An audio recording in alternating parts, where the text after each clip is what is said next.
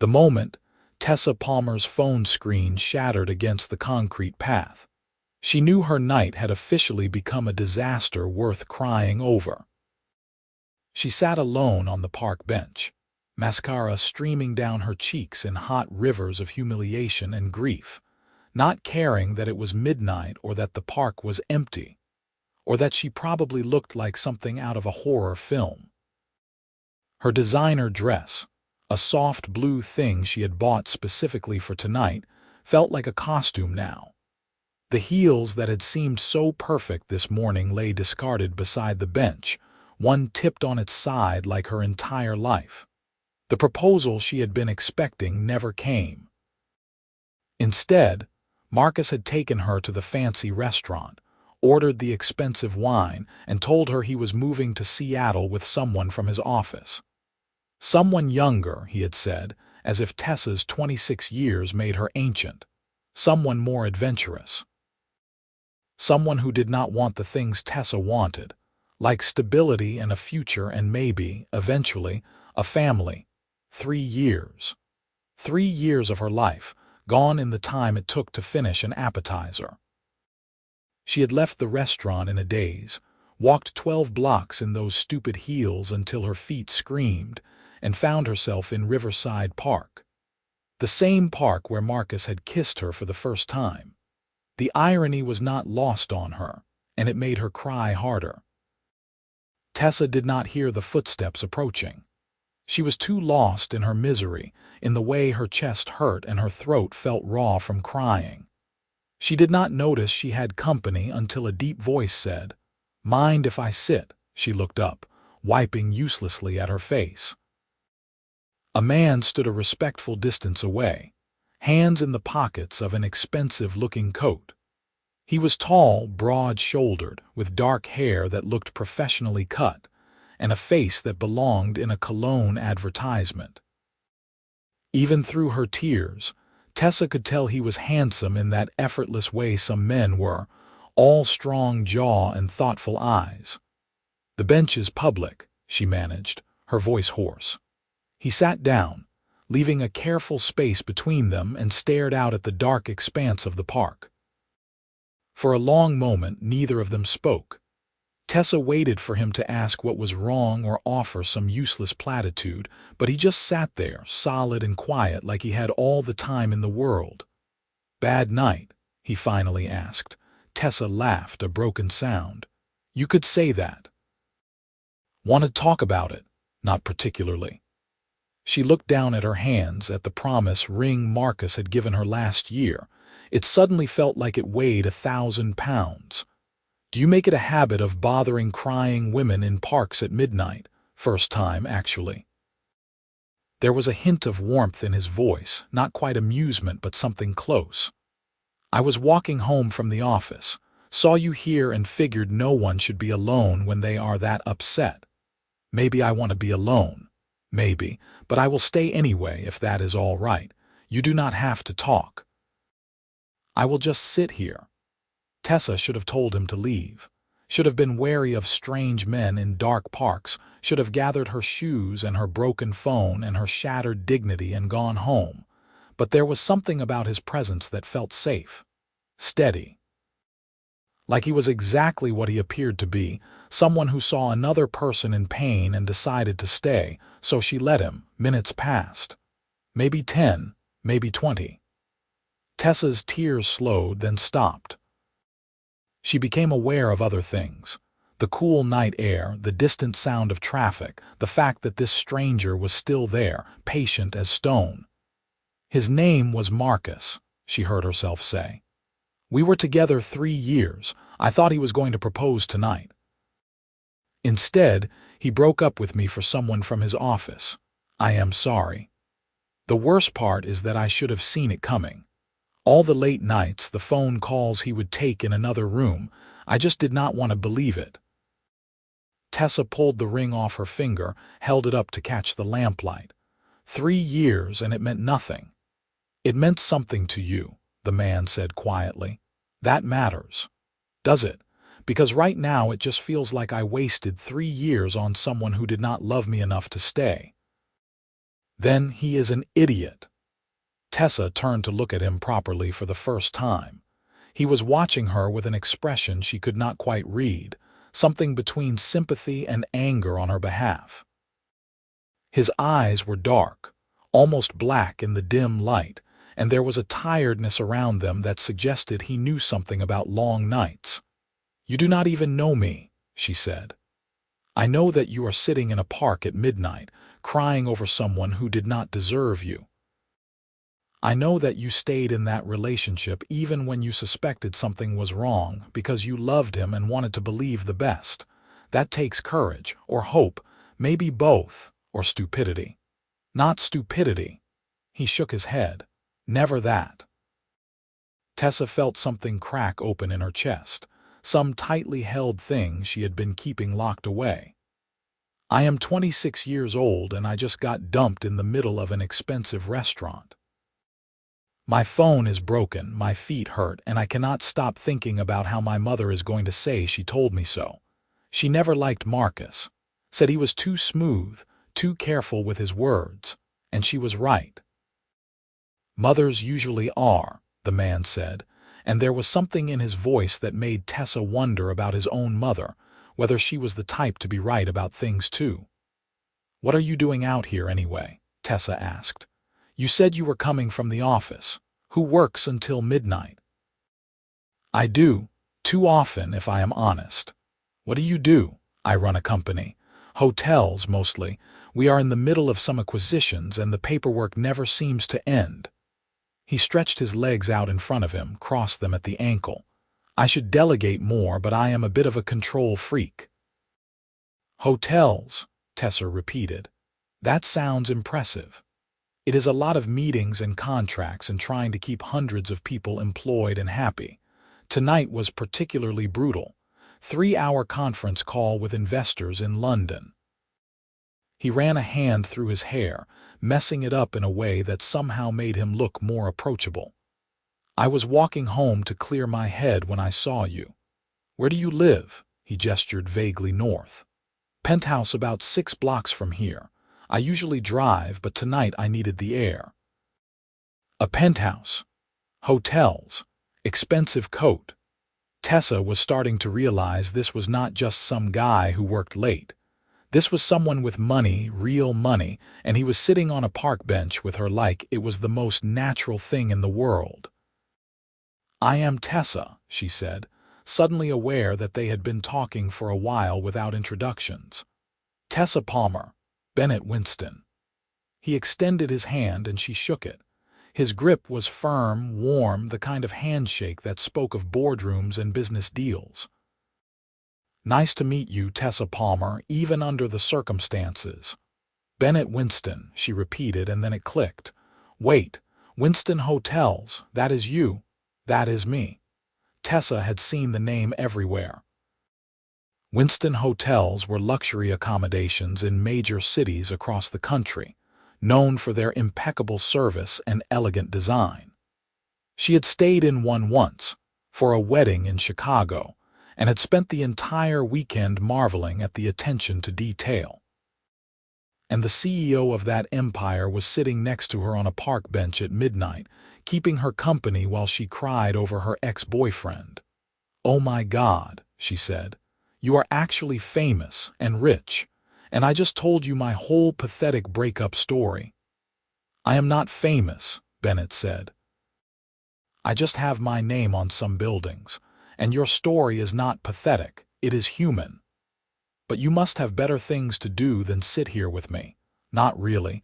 The paperwork can wait until morning, and honestly—" He turned to face her fully, his expression serious. "This is the most real conversation I have had in months. Most people talk to me because they want something. You are just talking to me. It is nice." Tessa did not know what to say to that. She looked away, back out at the dark park, and felt the weight of the night settling around them. "You do not have to stay, you know. I will be fine. I know. But I am staying anyway." And he did. They sat together as midnight turned to 1 in the morning, talking about everything and nothing. Bennett told her about growing up in Boston. about his father who had started Winston Hotels with a single property and a dream, about taking over the company when his father retired 5 years ago. Tessa told him about her job at the art gallery downtown, about her degree in art history that her practical father had called useless, about how she loved finding emerging artists and helping them get their work seen. "That is not useless," Bennett said firmly. "Art matters. Beauty matters. The world would be pretty bleak without people like you. Try telling that to my student loans." "Fair point." He smiled, the first real smile she had seen from him, and it transformed his entire face. "But still, what you do is important." They talked about books and movies and the best pizza in the city. They debated whether the Yankees or the Mets were the better team, a conversation that got surprisingly heated and made Tessa laugh for the first time all night.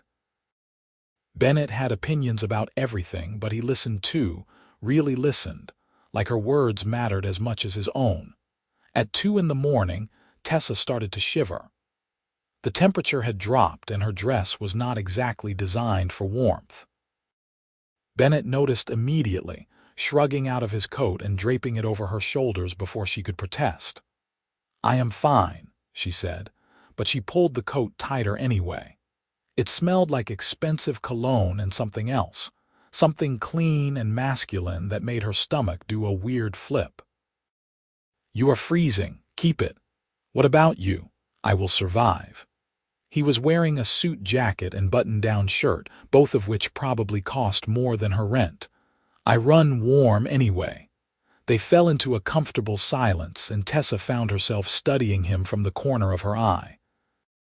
There was something solid about Bennett, something dependable. He had the kind of presence that took up space without being overwhelming, that made you feel safe just by being near. And he was handsome, painfully so, in a way that should have been intimidating but somehow was not. "Can I ask you something?" Tessa said eventually. "Anything." "Why did you really stop? I mean, I am sure you see people in the park all the time. What made you decide to sit down with me?" Bennett was quiet for a long moment, considering. "Honestly, I do not know. I saw you there and you looked so sad and I just could not walk away. Maybe it was instinct. Maybe I was tired of walking past people who need help. Or maybe," he met her eyes, "I just knew I was supposed to be here." Tessa's heart did something complicated in her chest. "That is a very romantic thing to say." "Is it? I was just being honest." At 3 in the morning, Bennett asked if she was hungry. Tessa realized she was starving. She had barely touched her food at the restaurant, too nervous about the proposal that never came, and now her stomach was growling audibly. "There is a diner about 3 blocks from here," Bennett said. "Best waffles in the city, and they are open 24 hours. Want to go?" Tessa looked down at her bare feet, at her broken phone, at the general disaster of her appearance. "I am not exactly dressed for public." "You look fine. Beautiful, actually." He said it so matter-of-factly that Tessa almost believed him. "Come on, you need to eat and I could use some coffee." So they went. Tessa carried her heels and walked barefoot on the sidewalk, Bennett's coat still wrapped around her shoulders, and somehow it felt like an adventure instead of a tragedy. The diner was nearly empty at this hour, just them and a tired-looking waitress, and a man reading a newspaper at the counter. They slid into a booth, and Bennett ordered coffee while Tessa studied the menu like it held the secrets of the universe. Everything looked good. Everything looked better than the expensive meal she had abandoned hours ago. "Get whatever you want," Bennett said, noticing her hesitation. "My treat." "You do not have to do that. I want to." Tessa ordered waffles with strawberries and whipped cream, and Bennett got an omelet and more coffee. When the food came, it was exactly what she needed, warm and sweet and comforting.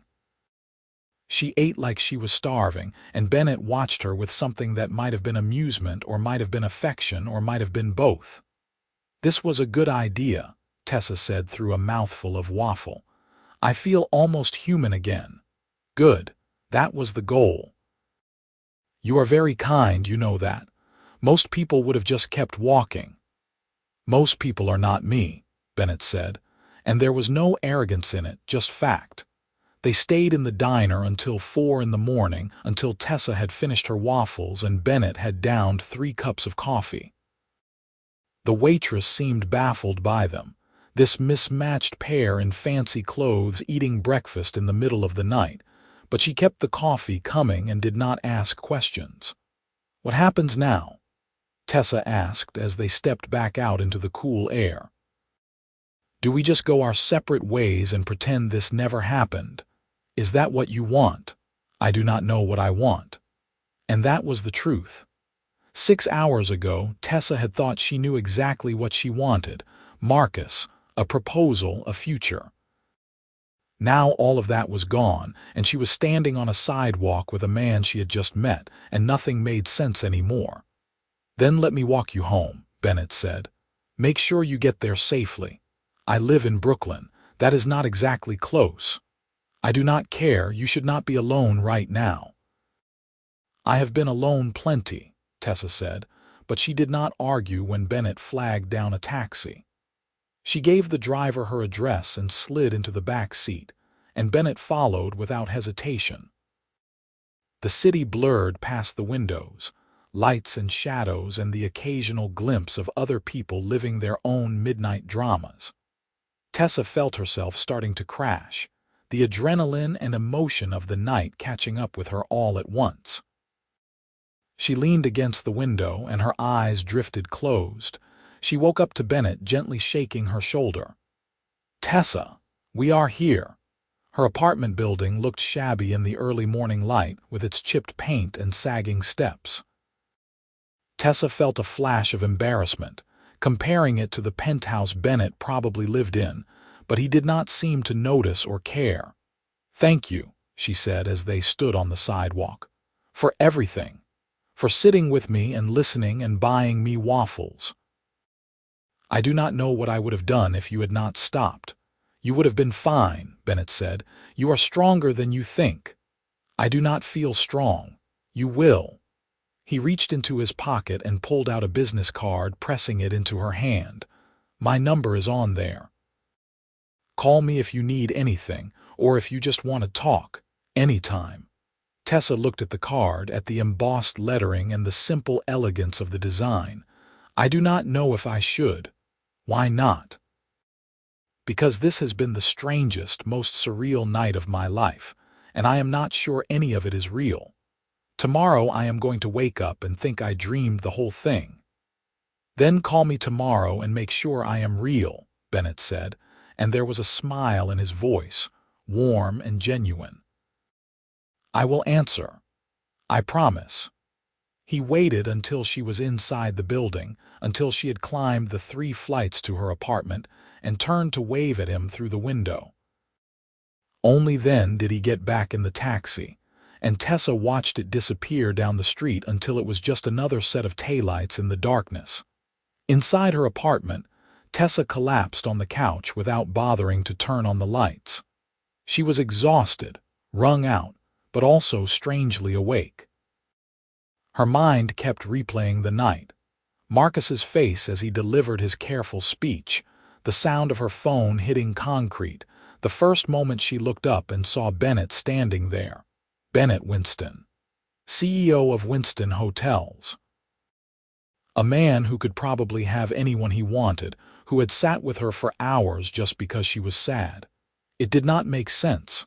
Nothing about this night made sense, but it had happened. Tessa had the business card to prove it, heavy and real in her palm. She set it on the coffee table and stared at it until the sun started to rise, painting her shabby apartment in shades of gold. She slept for 3 hours and woke up feeling like she had been hit by a truck. Her face was puffy from crying, her hair was a disaster, and her dress was rumpled beyond salvation. She showered and changed into sweats and tried to piece together a normal Saturday, but normal felt like a foreign concept. Tessa's best friend, Sophie, called it noon. Okay, spill. How did it go? Did he propose? Are you engaged? I have been dying over here. Tessa took a deep breath. He broke up with me. Silence on the other end. Then, what? He broke up with me. In the restaurant. Said he was moving to Seattle with someone from work. Tessa's voice was surprisingly steady. I walked out, ended up in the park, and had a complete breakdown. Oh my God, Tessa, I am coming over right now. Wait. Tessa looked at the business card still sitting where she left it. Something else happened, something weird. She told Sophie everything about Bennett and the park bench and the hours they spent talking. About the diner and the sunrise and the way he had looked at her like she mattered. Sophie listened without interrupting, which was impressive given her usual tendency to narrate everything in real time. Let me get this straight, Sophie said when Tessa finished. Bennett Winston, as in the actual Bennett Winston, sat with you in a park all night and then bought you waffles. Yes, and gave you his number. Yes. Tessa, do you understand what this means? Bennett Winston is like the most eligible bachelor in the city. I read an article about him in Forbes.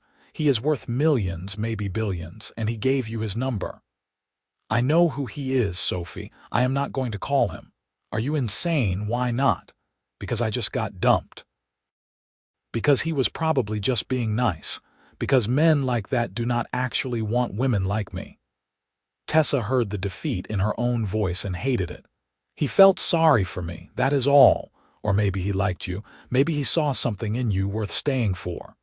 Sophie's voice softened. Tessa, I love you, but you have got to stop thinking you are not good enough. Marcus was an idiot who did not appreciate you. That does not mean everyone else is going to be the same. I do not even know what I would say. Thank you would be a good start, or hello, or literally anything. Just call him. But Tessa did not call. She spent the rest of the weekend in a fog, alternating between sleeping and staring at the ceiling and ignoring the 17 messages Marcus sent, each one more desperate than the last. She did not want to hear his excuses or his apologies or whatever he thought would fix this. It was over, and for once, she was going to let something stay over. On Monday, Tessa dragged herself back to work. The gallery was quiet, just her and her boss, Deanne, and the soft classical music that played on an endless loop. Deanne took one look at her and poured 2 cups of the expensive coffee she kept hidden in her office. Boy trouble? Deanne asked, handing Tessa a cup. Is it that obvious? You look like you lost a fight with a blender, so yes. Tessa managed a weak smile. Marcus broke up with me on Friday. He is moving to Seattle with someone else. That bastard. Deanne had never liked Marcus either, though she had been more diplomatic about it than Tessa's mother. How are you holding up? I have been better, but I will survive. And as she said it, Tessa realized it was true. She would survive this. She would move on. It hurt, but pain was not permanent. Good, because we have a new exhibition opening next week and I need you at your best. Think you can handle it? I can handle it. And she did. Tessa threw herself into work, into the details of the exhibition and the carefully curated pieces and the press releases that needed writing. It felt good to focus on something other than her own disaster of a personal life. To remember that she was good at her job, that she had value beyond her relationship status. By Wednesday, Tessa had almost convinced herself that the night with Bennett had been a fever dream, something her exhausted brain had conjured up to cope with the breakup. But then she got home from work and found a package waiting outside her door. It was a box from an electronics store, and inside was a brand new phone, top of the line, already set up and ready to use. There was a note, written in elegant handwriting. Thought you might need this. Your contacts should transfer over automatically. Let me know if you have any trouble. Bennett. Tessa stared at the phone for a solid minute, her heart doing that complicated thing again. He had remembered. remembered that her phone was broken, remembered where she lived, and sent her a replacement like it was the most natural thing in the world. Like spending hundreds of dollars on someone he barely knew was just something he did. She should return it. Should tell him it was too much, too generous, too everything. Instead, she found herself setting up the phone and scrolling through her restored contacts until she found the new number already programmed in, Bennett Winston. Her thumb hovered over the call button. Sophie's voice echoed in her head. "Just call him." Tessa called. He answered on the second ring.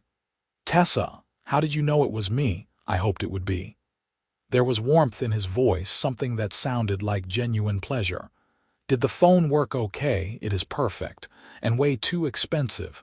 Bennett, you did not have to do this. I know. I wanted to. Consider it a replacement for the one that broke on Friday. That was my fault, not yours. Semantics, do you like it? I love it, but I cannot accept this. It is too much. Tessa." He said her name like it meant something. "Let me do this, please. I have more money than I know what to do with, and you needed a phone. It makes me happy to help. Do not take that away from me." How was she supposed to argue with that? "Thank you, really. This is incredibly kind. You are welcome." A pause. "How are you doing? I have been thinking about you." "You have, of course. That was a rough night. I wanted to make sure you were okay." Tessa sat down on her couch, cradling the new phone against her ear. "I am okay. Better than I expected, actually. Work has been good, busy. It helps to stay busy. I know the feeling." She heard the sound of papers shuffling in the background. "I am glad you are doing better. Are you at the office? Where else would I be at 7 on a Wednesday night? You work too much. Pot kettle." But he said it with humor. "Although I have been trying to leave earlier. Someone told me I should delegate more. Someone sounds very wise. She is. I met her in a park." Tessa felt herself smiling, really smiling for the first time in days. "Bennett?" "Yes. Do you want to get coffee sometime? Like actual coffee during daylight hours when we are both conscious and not emotionally destroyed. I would like that very much. When? Are you free Saturday afternoon? I will make myself free." They met at a cafe in Midtown, a cozy place with exposed brick and mismatched furniture and the kind of coffee that cost too much but tasted like heaven. Bennett was already there when Tessa arrived, sitting at a table by the window, and he stood up when he saw her, a smile breaking across his face. "Hi," Tessa said, suddenly nervous. In the daylight, without the shield of midnight and disaster, this felt more real, more like a date. "Hi yourself."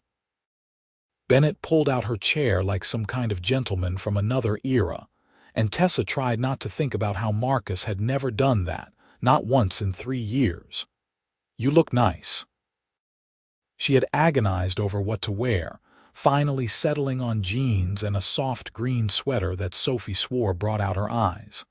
"Thank you. So do you." He was in slacks and a button-down, no tie, sleeves rolled to his elbows, casual but still put together in that effortless way of his. Tessa wondered if he ever looked disheveled, and then immediately pictured him with bedhead and felt her cheeks warm. They ordered coffee and pastries, and then they were talking again, as easy as that first night but without the weight of grief hanging over everything. Bennett told her about a hotel renovation in Miami that was going over budget and behind schedule. Tessa told him about the new exhibition, about the artist she had discovered in a tiny gallery in Queens who was going to be the next big thing. "You light up when you talk about your work," Bennett observed. "It is beautiful to watch. I love what I do. Even when it is frustrating and artists are impossible and my boss is demanding the moon, I still love it. That is rare. Most people just tolerate their jobs. What about you?" "Do you love running Winston hotels?" Bennett considered this. "I love parts of it. I love seeing a property transform, watching our team turn a struggling hotel into something special. I love knowing that we employ thousands of people, that families can pay their bills because of the company my father built. But the day-to-day stuff, the endless meetings and paperwork, that I could do without. So why not hire someone to handle that part? Because I do not trust anyone else to do it right, which is my problem, not theirs. He ran a hand through his hair, that same gesture that made him look more human and less like a CEO. I am working on it, though. Actually hired a new CFO last week. She is brilliant and terrifying, and she has already reorganized half my filing system. Good for her. They stayed in the cafe for 3 hours, talking and laughing and losing track of time. Tessa learned that Bennett loved old movies and could not cook to save his life, and had a golden retriever named Midas, who was the love of his life. Bennett learned that Tessa had a sweet tooth that could not be satisfied, and a terrible habit of staying up too late reading, and a complicated relationship with her family that she was still working through. My parents are good people, Tessa said carefully. They just do not understand why I would choose a career that does not guarantee stability. My father is an accountant. My mother is a teacher. They believe in practical things, and art is not practical. Art is essential, Bennett said firmly. Practical does not mean important.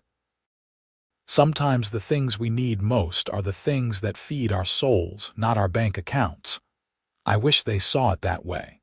Maybe they will, eventually, or maybe you will stop needing their approval.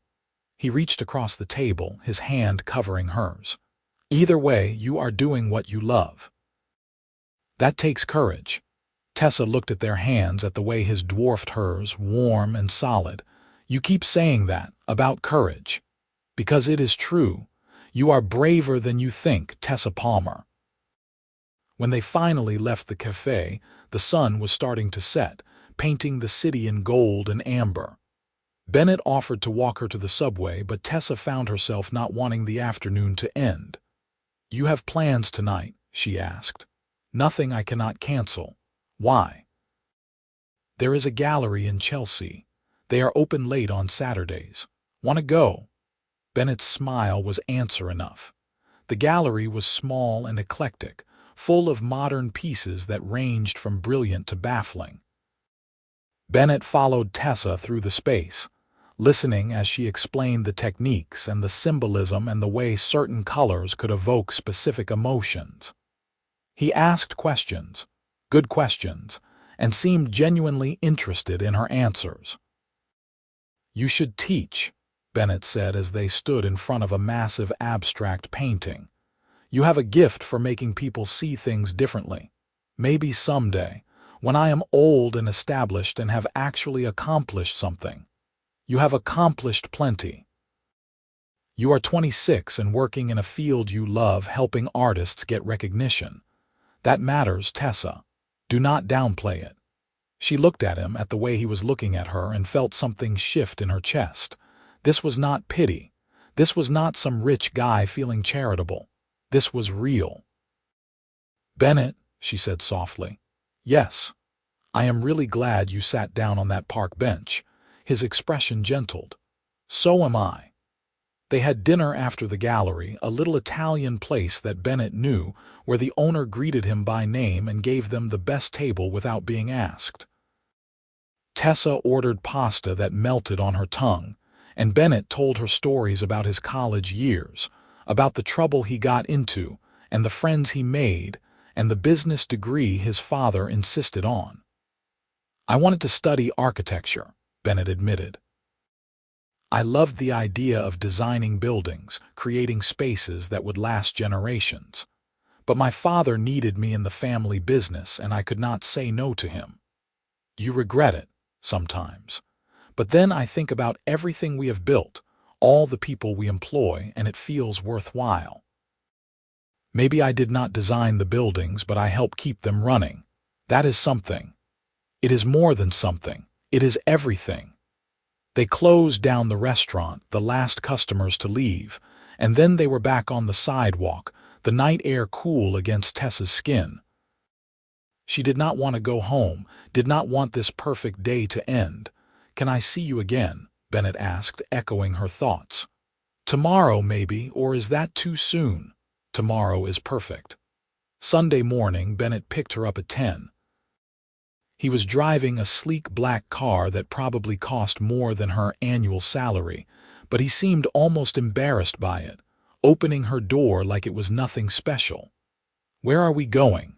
Tessa asked. "It is a surprise." They drove north out of the city until the buildings gave way to trees and open space. Bennett parked in front of a massive estate, all stone and glass and manicured lawns, and Tessa's jaw dropped. "This is your house?" One of them. "I have a place in the city for work, but this is home." He came around to open her door. "I thought you might like to meet Mita's." As if on cue, a massive golden retriever came bounding around the corner of the house, tail wagging so hard his entire body shook. He made a beeline for Bennett, who crouched down to receive the enthusiastic greeting. "Hey, buddy, did you miss me?" Bennett's voice went soft, affectionate, and Tessa felt her heart melt a little. "Mita's, this is Tessa. Be nice." Mita's immediately transferred his attention to Tessa, sniffing her carefully before deciding she was acceptable and deserved all his love. She laughed as he licked her hand, his tail still going a mile a minute.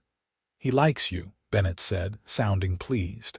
"He is usually more reserved with strangers. I love dogs. Always wanted one, but my apartment does not allow pets." They spent the morning on the estate, walking the grounds while Mita's raced ahead, chasing birds and investigating interesting smells. Bennett showed her the gardens his mother had planted before she passed away, the pond where he used to fish as a kid, the garage full of vintage cars his father collected. "This place is incredible," Tessa said, taking in the sheer scale of it all. "Do you ever feel lonely here?" "All the time," Bennett admitted. "It is too big for one person. My father keeps telling me I need to settle down, fill it with a family, but that is easier said than done. Someone like you, I would think you would have women lining up. Women line up for my bank account, for the Winston name." "Not for me." There was no bitterness in his voice, just fact. "Most of my relationships end when they realize I am not going to fund their shopping habit or introduce them to celebrities, or whatever they think comes with dating a CEO. I am just a guy who works too much and loves his dog." "You are more than that," Tessa said quietly.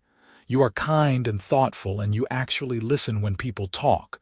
Those are rare qualities, Bennett. Anyone who cannot see that is not worth your time." He stopped walking, turned to face her fully. "You see it." "I do." "Why, you barely know me."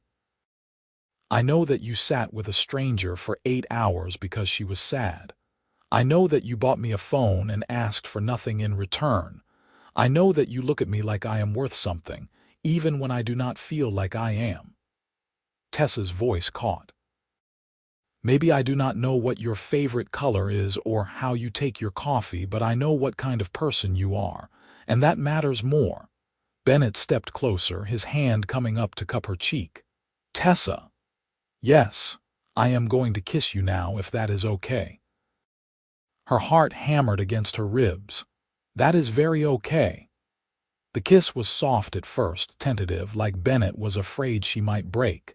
But then Tessa pressed closer, her hands sliding up to his shoulders, and the kiss deepened.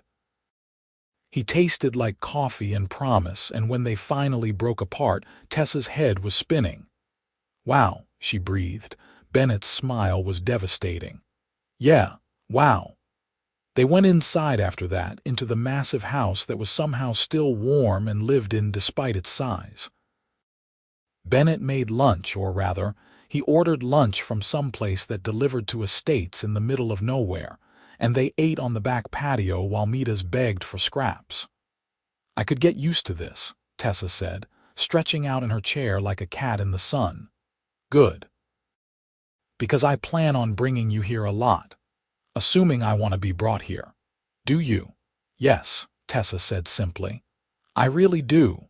The following weeks blurred together in the best way. Bennett was busy with work. Tessa was busy with the gallery exhibition, but they made time for each other. Coffee dates before work, dinners after, stolen hours on the weekend when they could both breathe. The exhibition was a massive success. The artist Tessa had championed sold 3 pieces in the first week, and suddenly, everyone wanted to know who she was, where Tessa had found her, what else the gallery had coming up. Deanne gave her a raise and more responsibility, and Tessa felt like she was finally doing what she was meant to do. Bennett came to the opening, dressed in a sharp suit that made every head turn. He stayed by Tessa's side, charming the patrons and asking intelligent questions, and making it very clear that he was with her. Tessa's colleagues were stunned. Sophie, who had come to support her, just grinned like she had won the lottery. "I cannot believe you are dating Bennett Winston," Sophie whispered when they had a moment alone. "This is insane. You are living in a romance novel." "It feels like it," Tessa admitted. "Sometimes I worry I am going to wake up and it will all be gone." "Stop that. You deserve this. You deserve him, and he clearly adores you, so just enjoy it." Marcus tried to reach out a few more times, but Tessa ignored every message, every call. Whatever he wanted to say, she did not need to hear it. That chapter of her life was closed, and she was not interested in reopening it. A month after that first night in the park, Bennett asked Tessa to be his girlfriend officially, and she said yes without hesitation. It felt right being with him, easy, like she had known him forever instead of just a few weeks. "I need to tell you something," Bennett said one night over dinner. They were at his penthouse in the city, the skyline glittering beyond the floor-to-ceiling windows. "About my life. About what dating me means."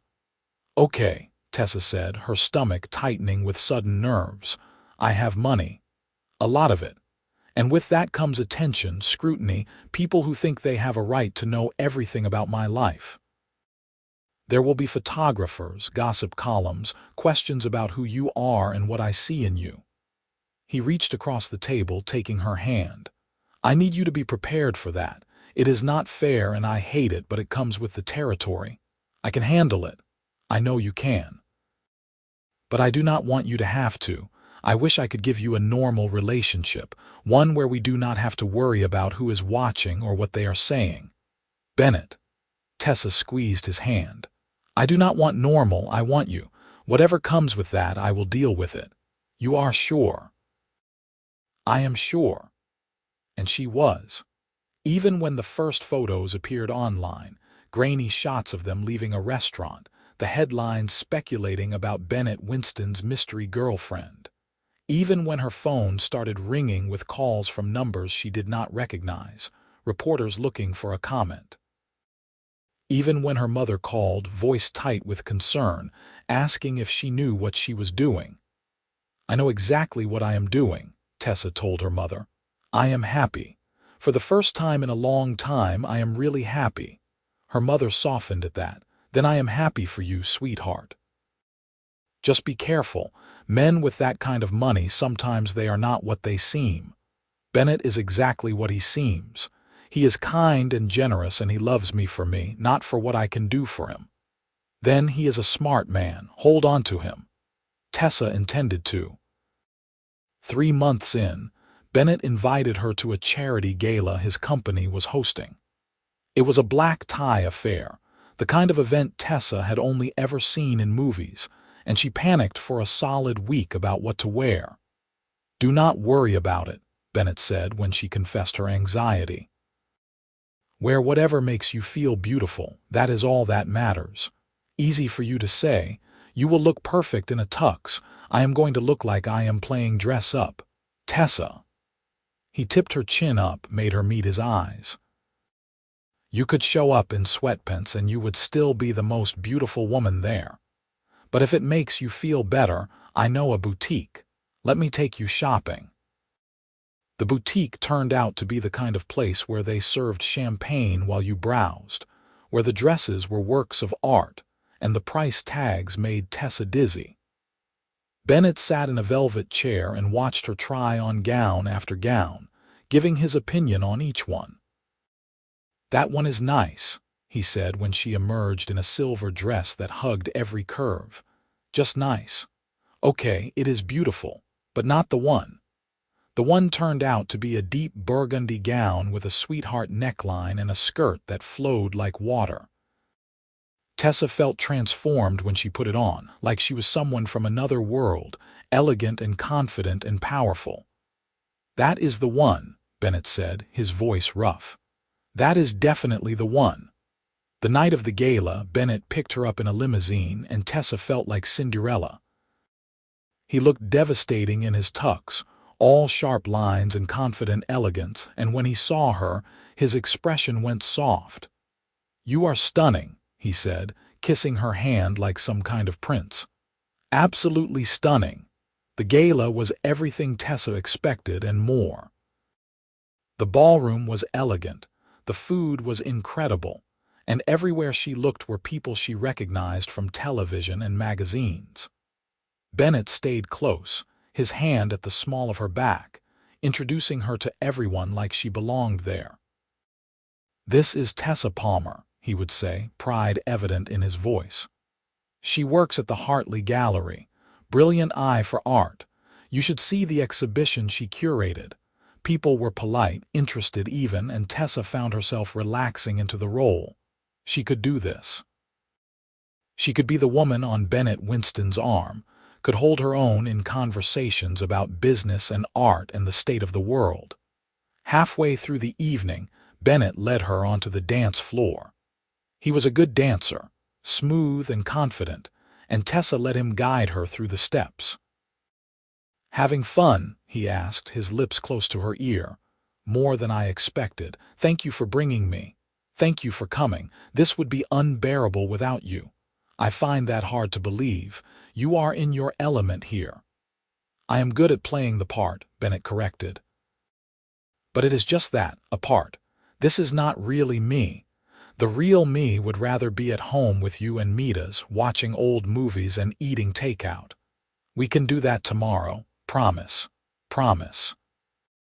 At the end of the night, Bennett made a speech about the charity his company was supporting, a foundation that helped homeless youth find housing and job training. He was eloquent and passionate, and Tessa felt something fierce and proud swell in her chest. This was her man, using his wealth and influence for good, making a difference. When they finally left, after midnight had come and gone, Bennett pulled her close in the back of the limo. "I love you," he said, the words simple and devastating. "I know it is fast, and I know we have not been together that long, but I love you, Tessa. I think I have loved you since that first night when you were crying on a park bench and looked at me like I might be able to help." Tessa's eyes filled with tears, but they were happy tears this time. "I love you too, so much it scares me. Do not be scared, I have got you." And he did. Through the rest of that year, as their relationship deepened and became something unshakable. Through the holidays, when Tessa brought Bennett home to meet her parents, and her mother fell in love with him within 10 minutes. Through the rough patches, when work was stressful and they fought about silly things and had to learn how to communicate better. They moved in together after 6 months, not to the penthouse or the estate, but to a brownstone in Brooklyn that Bennett bought and let Tessa decorate. It was their space, filled with art from the gallery and vintage furniture they found at flea markets and photos of them and Mita's. Bennett proposed on the anniversary of the night they met, in the park where it all started, on the same bench where he had first sat down beside her. It was midnight again, just like that first time, and Tessa was not crying, but she was emotional, overwhelmed by how much her life had changed in a year. "I told you I would stay," Bennett said, dropping to one knee, a ring box in his hand. "That first night I promised to stay until sunrise." "Tessa, I want to stay forever. Marry me." "Yes," Tessa said, pulling him to his feet, kissing him like her life depended on it. Yes, yes, yes. They married 6 months later in a ceremony at the estate, surrounded by friends and family and enough flowers to open a shop. Tessa wore a dress that made her feel like a princess, and Bennett cried when he saw her walking down the aisle, which made everyone else cry in turn. "I am the luckiest man alive," he said in his vows, his voice rough with emotion. "You saw me when I was just a stranger on a park bench. You gave me a chance when you had every reason not to, and you love me, not for what I have but for who I am. That is the greatest gift I have ever received." Tessa's vows were simpler but no less heartfelt. "You saved me that night. Not from danger but from giving up, from believing I was not worth staying for. You showed me what real love looks like, and I will spend the rest of my life grateful for that. I love you, Bennett, today and always." The reception was a blur of dancing and laughter and joy. Sophie caught the bouquet and declared she was going to find her own CEO to marry. Tessa's parents told Bennett he was the son they never had. Mita's wore a bow tie and stole cake from the buffet when no one was looking. A year after the wedding, Tessa found out she was pregnant. Bennett was over the moon, buying every baby book he could find and turning one of the spare rooms into a nursery. He painted the walls himself, a soft yellow that glowed in the afternoon light, and built a crib from scratch despite having no carpentry experience. "I want to do this," he insisted when Tessa suggested hiring someone. "I want our daughter to know I made this for her. Daughter, we do not know if it is a girl yet. I have a feeling." His feeling was right. They had a daughter, born on a sunny morning in May, with Tessa's eyes and Bennett's dark hair. They named her Grace, and she was perfect in every possible way. "She looks like you," Bennett said, holding his daughter like she was made of glass, his expression one of absolute wonder. "She is beautiful." "She looks like both of us," Tessa corrected, her heart so full she thought it might burst. "She is ours." Life settled into a new rhythm after Grace was born. Bennett cut back his hours at work, determined not to miss the important moments, and Tessa went back to the gallery part-time. They hired a nanny to help, but they did as much as they could themselves, fumbling through diaper changes and midnight feedings and the 1,000 small crises that came with a newborn. "I never knew I could love someone this much," Bennett said one night, watching Grace sleep in her crib. "I thought what I felt for you was the limit of my heart, but this, having her, it is like everything expanded, like there is infinite room for love." "I know," Tessa said, leaning against him. "It is terrifying and amazing, and I would not change a thing." 2 years later, they had a son. Oliver, born in the middle of a snowstorm, with a healthy set of lungs and a disposition that was somehow both calm and demanding. Grace was fascinated by her baby brother, always wanting to help to hold him, to show him her toys. "We have a family," Bennett said one evening, all 4 of them piled on the couch, Mita's at their feet. "A real family." "We always were a family," Tessa reminded him. "Just the 2 of us and Mita's, but this is pretty great too. Pretty great does not cover it, this is everything." And it was. Their life was not perfect. They still fought sometimes, still had stress and worry and days when everything felt like too much. But they had each other, and that made all the difference. On their 5th anniversary, Bennett surprised Tessa with a weekend away, just the 2 of them while Tessa's parents watched the kids. They went back to the city, to the diner where they had eaten waffles that first night. "I cannot believe this place is still here," Tessa said, sliding into the same booth they had shared 5 years ago. "I may have bought the building," Bennett admitted. "Made sure the lease was secure. I could not let them shut down the place where we had our first meal together." "You bought the building, Bennett? What? It was a good investment, and now we can come here whenever we want." They ordered waffles and coffee, and Tessa felt like she was 26 again, heartbroken and lost, finding hope in the kindness of a stranger. Except Bennett was not a stranger anymore. He was her husband, the father of her children, the person she trusted most in the world. "You ever think about that night?" Tessa asked. "About how different things could have been if you had just kept walking?" "All the time," Bennett said.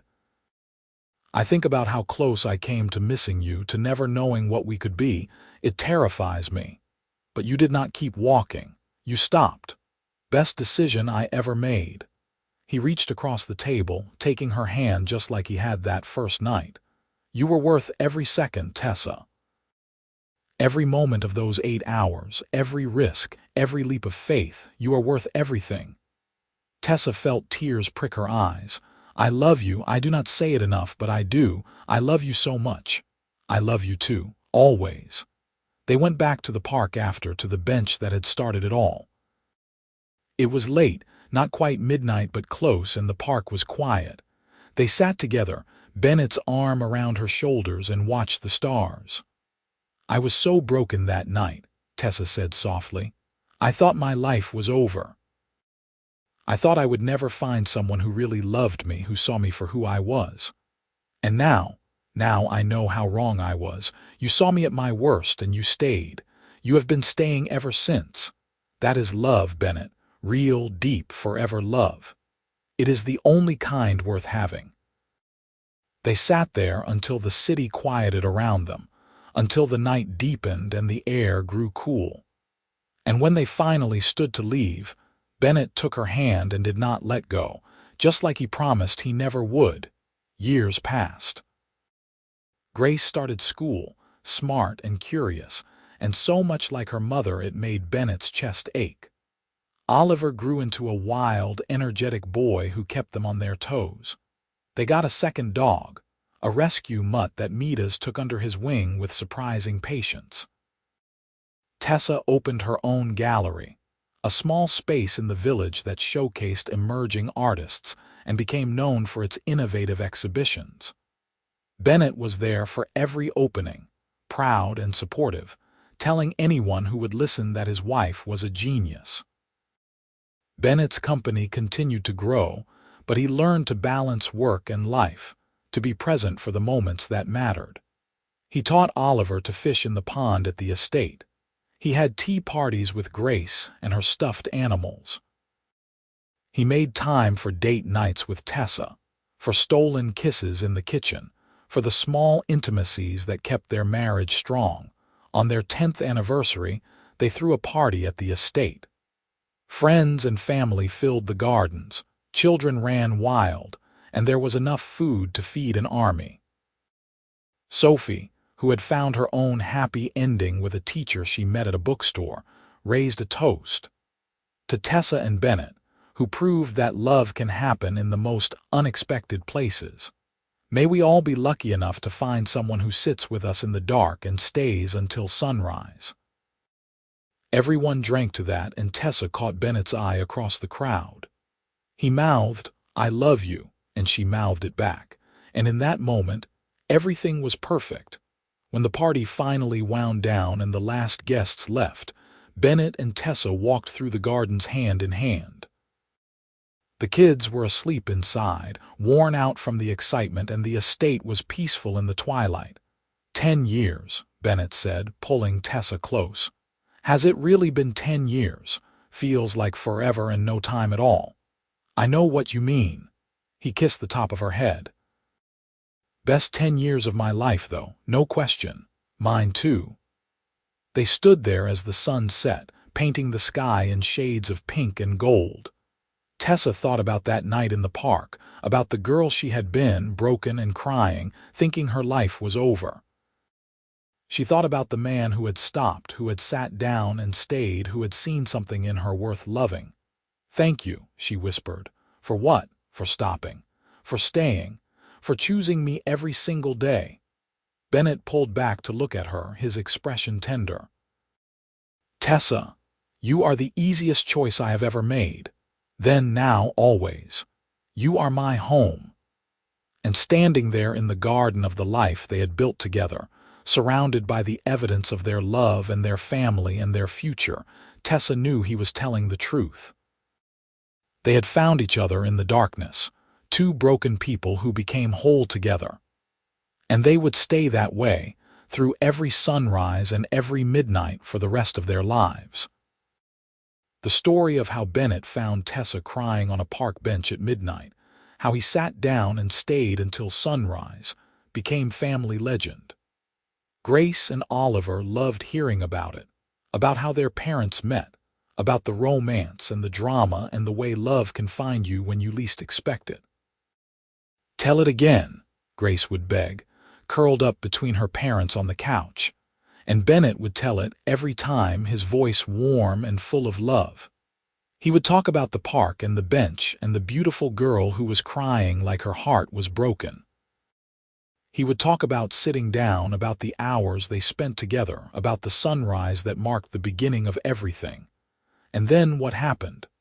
Oliver would ask, even though he knew the answer. "Then I fell in love," Bennett would say simply, "and I have been in love ever since." Tessa would smile and kiss his cheek, and Grace and Oliver would make exaggerated gagging sounds, but they were smiling too. Because they knew, even at their young ages, that what their parents had was special, that love like that was worth celebrating. As the years continued, as their children grew and their life evolved, Bennett and Tessa held tight to what they had built. They went back to the park bench every year on the anniversary of that first night, sitting together as midnight turned to sunrise, remembering where they started. "I would do it all again," Bennett said one year as they watched the sky lighten. "Every moment, every choice, every step that led me to you, I would do it all exactly the same. Even the part where I was crying and probably looked like a disaster, especially that part. That is when I knew you were real, Tessa, when I knew you were worth everything." And as the sun rose over the city, painting everything in gold and promise, they sat together just like they had that first night. Two people who had found each other in the darkness, who had chosen to stay, who had built a life and a love that would last forever. Because Bennett Winston had found Tessa Palmer crying on a park bench at midnight. He had sat down and stayed until sunrise. And in doing so, he had found his future, his family, his home. He had found everything that mattered. And Tessa, who had thought her life was ending, had found that it was just beginning. That sometimes the worst nights lead to the best mornings. That love can find you when you are broken and put you back together, piece by piece, until you are stronger than you ever were before. They had found each other. And they stayed. Through the dark and the light, through every challenge and every joy, they stayed. Just like Bennett promised that first night, just like Tessa promised when she said yes to forever. They stayed and they loved, and they lived happily ever after in the truest sense of the words. The park bench became their place, sacred and special. They would bring the kids there sometimes, tell them stories about that magical night. And when Grace was older, when she was nursing her first heartbreak, Tessa brought her to that bench and told her the truth. "Love will find you when you are ready," Tessa said, holding her daughter close. "It might not look like you expect. It might come in the form of a stranger who sits down beside you in the dark. But when it comes, when it is real, you will know. Because real love stays. It does not run when things get hard. It sits with you until sunrise, and then it keeps sitting day after day, year after year. That is how you know it is real." Grace sniffled and nodded, and Tessa saw so much of herself in her daughter's eyes. The hope and the hurt and the belief that things would get better. And she knew with absolute certainty that Grace would be fine, that she would find her own love story in her own time, just like Tessa had found hers. Bennett joined them a few minutes later, carrying coffee and hot chocolate, and he wrapped both his girls in a hug. "Everything okay?" "Everything is perfect," Tessa said, meaning it with every fiber of her being, because it was. Their life was not a fairy tale, not exactly. It was real and messy and complicated, full of challenges and imperfections. But it was theirs. Built on a foundation of a single night, a single choice, a single moment when Bennett Winston decided to sit down and stay, and that choice had changed everything. Had created a family, a future, a love that would endure. Had proven that sometimes the best things in life come from the worst moments. That hope can be found in the darkest nights. That love, real love, is worth waiting for, worth fighting for, worth staying for. So they stayed. In that brownstone in Brooklyn, in that estate with the gardens, in each other's arms. They stayed through job changes and family drama and the normal chaos of raising children. They stayed through illnesses and losses and the inevitable challenges that come with building a life together.